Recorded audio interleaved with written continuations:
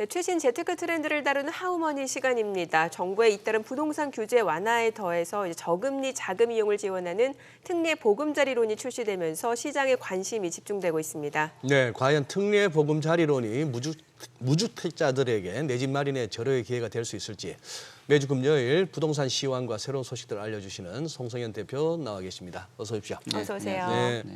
이제 오는 30일부터 이제 정부의 특례 보금자리론이 출시가 되는데 이게 어떤 상품인가요? 우선 지금 무주택하고 서민 실수요청을 위한 그런 상품이라고 이야기를 하는데요. 금리가 높잖아요. 그러니까 네. 뭐한 4%대의 상품이라고 보시면 될 것 같아요. 그래서 시중의 변동금리보다도 한 0.4에서 한 0.9% 정도 낮은 그런 상품이라고 보시면 될 것 같은데요. 일반적으로 보면은 기존의 보금자리론이라든지 예. 또 뭐 적격 대출이라든지 이런 부분들을 전체적으로 통합을 했다라고 보시면 될 것 같고요. 1년 동안 나가는 그 금액 자체가 한 39조, 약 한 40조 정도 나가는 금액으로 한시적으로 운영을 한다라고 보시면 되고, 또 우리가 보통 대출에 대해서 최근 들어서 가장 걱정을 했던 게 소득을 가지고 대출을 네네. 해주다 보니까 소득이 좀 부족하신 분들은 뭐 소위 뭐 내 집 장만을 할 수 있다 없다라는 뭐 약간의 좀 뭐 양극화 얘기도 하고 있는 그런 그 상황이라서 DSR에 걸리고 하니까요. 그렇죠. 예. 예. 그 부분들을 조금 뭐 그 해당이 안 되는 그런 상품이다 보니까 좋다라고 받아들일 수가 있을 텐데, 사실상 뭐 4%라고 해도 뭐 4% 거의 뭐 후반이기 때문에 실질적으로 체감하는 거는 약 한 5%라고 보시면 될 것 같습니다. 그래서 이런 것들이 소위 뭐 무주택자라든지 또 실수요자들을 통해서 부양을 할 수 있냐, 뭐 이런 쪽으로 운영을 하는 거 아니냐라는 좀 뭐 약간 분맨 목소리도 나오고 있는 그런 상품이라고 볼 수 있을 것 같습니다. 네. 아, 그래요. 저 19,900원인데 만 원대다. 그런 분위기? 네, 맞습니다. 아니 근데 기존에 주택금융공사에서 이렇게 보금자리론 다 네. 운영해 왔지 않습니까? 네. 거기다 지금 특례자만 붙은 것 같은데 네. 지금 조금 설명을 하셨습니다만 예를 들어 뭐 대출 기준이라든지 뭐가 어디가 달라지는 거죠? 일단 대출에 대한 그 주택 가격이 현행 뭐 6억인데 네. 9억 선까지니까 아. 사실상 그 대출을 받을 수 있는 주택의 비율이 좀 더 많아졌다라고 볼 수 있을 것 같고요. 네. 소득에 대한 그 대출 한도 같은 경우도 뭐 그전에는 7천만 원이라는 그 캡을 씌워놨다라고 하면은 네. 지금은 한도가 없다라는 거, 뭐 요 부분들이 조금 다른 부분이라고 볼 수 있을 것 같고요. 또 대출에 대한 한도가 뭐 지금 보금자리론 같은 경우는 3.6억 원, 네. 그다음에 적격 대출 같은 경우는 5억 원인데 전체적으로 통합돼서 뭐 이렇게 나눠진다라기보다는 한 5억 선이라고 볼 수 있을 것 같습니다. 그러니까 지금 몇 년 동안 주택 가격이 너무 많이 오르다 보니까 네. 이거 대출 받을 수 있는 주택이 없는 거 아니냐, 6억짜리 주택이 서울에 뭐 몇 채나 있겠냐, 그러게요. 그런 상황에서 뭐 9억이라고 하면은 대출 받을 수 있는 폭을 넓혀줬다라고 볼 수 있는데, 뭐 최근 들어서 주택 가격을 또 조정받고 있는 그런 상황이기 때문에 이런 그 9억 선 밑으로 들어올 수 있는 주택들이 최근 더 또 조정을 받는다라면은 더 많이 확대가 될 수 있는 거 아닌가, 뭐 그렇게 보고 있습니다. 근데 이게 특례 보금자리론이 지금 1년간 한시적으로 이제 운영이 된다라는 건데 이유가 따로 있나요? 뭐 가장 큰 이유는 앞에서도 이야기 드린 것처럼 뭐 금리가 시중에서 너무 변동되다 보니까 심리적으로 굉장히 위축이 되는 거죠. 아. 그러니까 뭐 예전에는 주택 공급이 좀 부족하다 했을 때는 사전 청약이라는 걸 도입을 해서 네. 심리를 누그러뜨리는 그런 역할들을 했다라면은 최근은 수요 사이드가 되는 거겠죠. 그러니까 수요자들이 주택을 마련을 하고 나서 이런 뭐 변동되는 주택 가격이라든지 고금리에 대한 우려가 있다 보니까 집을 못 사는 그런 것들이 있거든요. 그런 부분에서는 조금 뭐 금리가 상승하고 추가적으로 상승하겠다라는 그 신호를 지금 받고 있는 상황에서는 서민이라든지 실수요층에게 심리적인 불안을 좀 안정감을 좀 줄 수 있다라고 보여지고, 그다음에 최근 들어서 이런 뭐 부채 같은 부분들도 뭐 고정금리라는 건 변동금리하고 좀 다르게 질적으로 조금 더 운영을 할 수 있는 측면이 있거든요. 네. 그런 측면에서 뭐 정부에서는 뭐 기대를 하고 있는 것 같은데,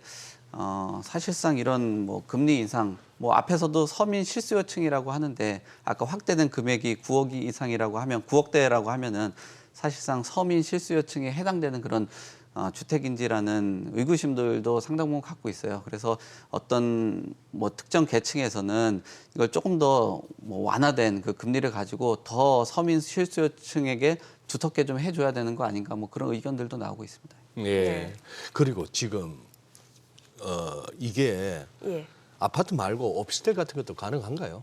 그건 불가능해요. 아, 네, 아파트. 예. 뭐 대상이 딱 정해져 있습니까? 예, 그러니까 이게 실질적으로 주택의 역할을 하는 그런 상품이라든지 시장에 있는 아파트, 뭐 다세대 주택, 근데 왜 단독주택, 뭐 오피스텔도 주거용이 또 있잖아요. 네, 근데 그래도 안 그거는 돼요? 예, 주택법하고 건축법으로 나뉘는데요. 예. 일반적으로 오피스텔이라든지 고시원이라든지 이런 상품 자체는 주택보다는 준주택으로 포함이 되기 때문에 네. 조금 다른 그런 부분이라고 볼 수 있을 것 같아요. 그래서 예. 특례 보금자리라는 거는 결국 주택에 해당되는 상품에 사용이 되기 때문에 나중에 주택을 구입하시려는 분들 또 어떻게 보면 이런 문제들 때문에 특정 그 아파트라든지 다세대라든지 뭐 단독주택 쪽으로 쏠림 현상들이 왜냐하면 특례를 받을 수 있으니까 쏠림 현상들도 나타날 수 있을 것 같습니다. 네.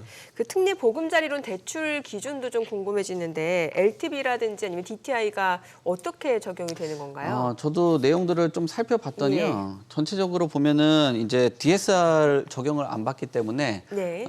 이제 주택 가격을 가지고 뭐 70% 정도가 LTV가 적용이 되고요.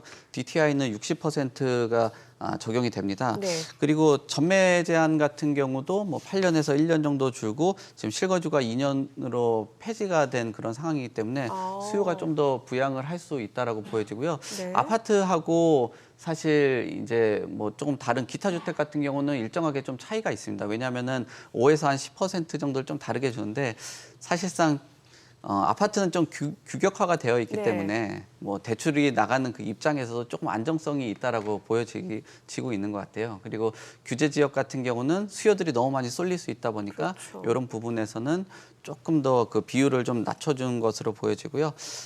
이런 부분들을 잘 좀 참고를 하셔서 규제 지역이나 규제 지역 외냐 또 아파트냐 비아파트 상품이냐에 따라서 조금 더 차등이 될 것 같습니다. 그러면은 지금 요거 아까 4%라고 명목적으로 했지만 사실 후반 때도 말씀하셨는데 결국 그래도 이거 이자 부분이에요, 금리. 네. 예, 요거 어떻게 조금 더 구체적으로 한번 설명해 주시죠, 금리. 조금 그 네. 특례 보금자리론에는 그 우대 금리라는 게 적용이 되더라고요. 예. 그러니까 기본적으로 보면은 아까 실수요하고 저소득층을 위한 상품이라고 했잖아요. 조금 더 구체적으로 보면은 아낌 2라는 상품이 기본적으로 우대 금리를 한 10 정도 좀 낮게 받을 수 있고요. 그 외적으로 저소득층 청년이라든지 예. 그다음에 사회적 배려층, 그다음 신혼가구, 미분양이라고 볼 수 있는데 사회적 배려층 같은 경우는 장애인이라든지 다문화, 다자녀 뭐 이런 분들은 조금 더 우대를 받을 수 있는 것으로 보여지고요. 또 신혼가구 같은 경우는 혼인 신고일로부터 7년이 도래하지 않은 부분이다 보니까 결혼하고 7년 미만의 이 부분들은 일정하게 좀 최대한 80%까지도 받을 수 있다. 그러니까 아낌이하고 나머지 80까지 하면은 최대 한 0.9% 정도까지도 우대 금리를 받을 수 있다 보니까 이 부분들 좀 참고하셔가지고 대출을 받으실 분들은 고려를 하셨으면 좋겠습니다. 아니, 그 만기까지도 알려주시죠. 최대 예. 보니까 예. 이게 만기가 10년, 15년, 20년, 30년, 40년, 50년 6가지로 존재를 하더라고요. 50년까지도 있어요. 네. 그러니까 이게 뭐 모두 나가는 건 아니고요. 예. 만기 40년 같은 경우는 기간이 좀 이제 뭐 만 39세 이하 신혼부부까지 해당이 되고요. 예. 만기 50년은 조금 더 젊은 세대들한테 되는 것 같아요. 34세부터 신혼부부. 아무래도 까지. 그렇겠죠. 네. 예. 그리고 기간이 길면 길수록 또 아시다시피 뭐 이제 약간의 그 위험 리스크가 있다 보니까 조금 금리는 올라가겠네요. 그렇죠. 예, 10년은 우대형은 네. 4.65가 되고 뭐 일반형 같은 경우는 4.75인데 최대 50년까지 만약에 한다면 4.9에서 한 결국 5%를 넘어서더라고요. 5.05%까지 되다 보니까 예. 이런 부분들은 좀 기간이 길면은 아무래도 리스크가 좀 들어가서 조금 높아진다 보시면 될 것 같습니다. 근데 꼭 신규 주택을 구입할 때만 이용 가능한 건가요? 아니요, 그렇지는 않고요. 예. 이게 목적 자체가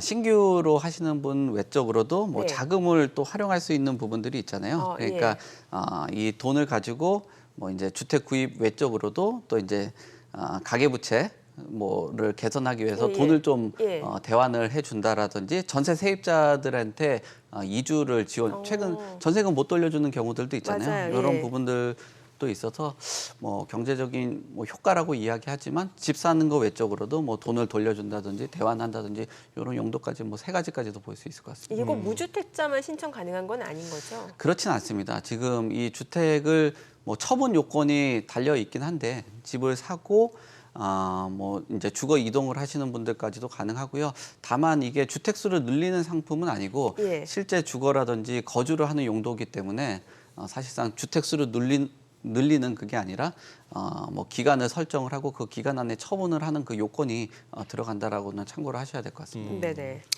뭐 요즘 같으면은 이렇게 일단 뭐 대출이 가능하다. 조금 네. 금리 측면에 이자 측면에서도 나쁘지 않다 싶으면 이제 네. 관심들을 가지실 텐데 그렇죠. 네.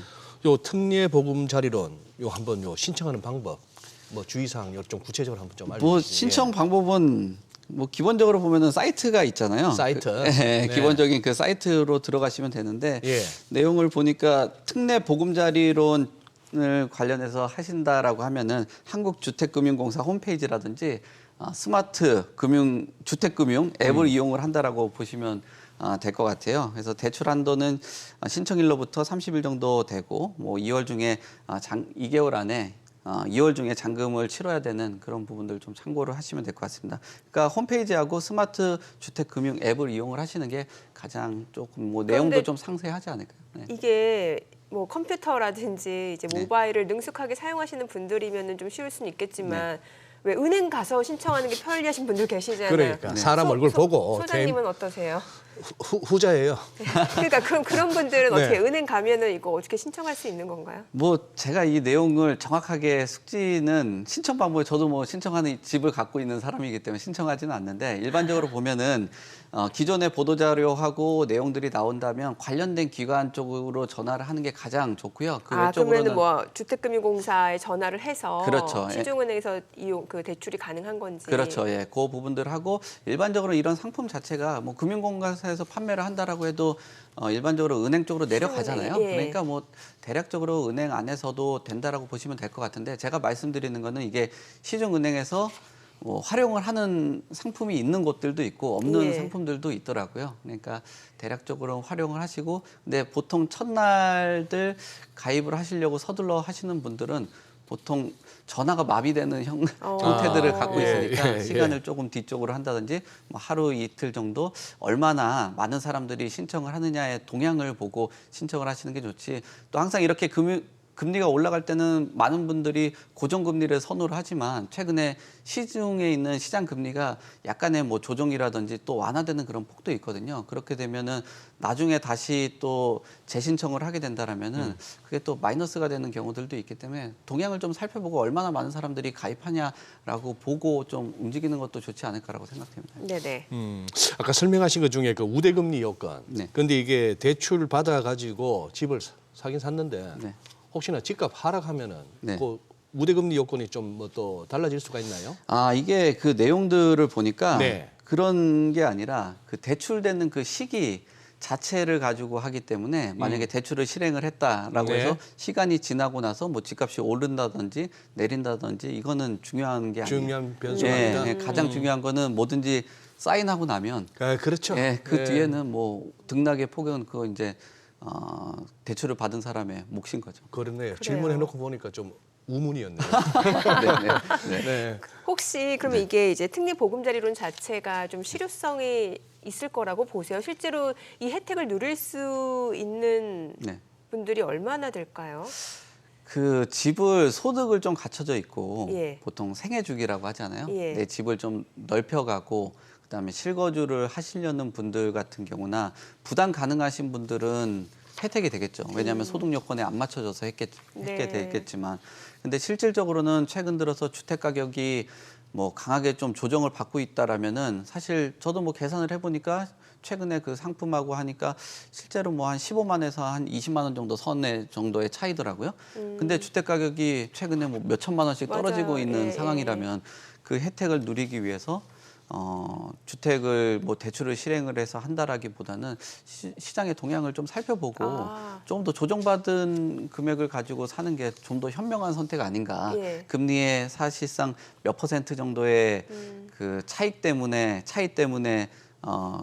어떻게 보면 자산 가치 중에 가장 무겁다라고 평가를 받는 이 집을 그 섣불리 선택하는 것보다는 네. 동향을 좀 보고 하시는 게 좀 더 낫지 않을까. 그리고 아마 이 비중 자체가 특례보금자리론을 하고 나서 많은 수요들이 유발이 되지 않는다라고 하면 네네.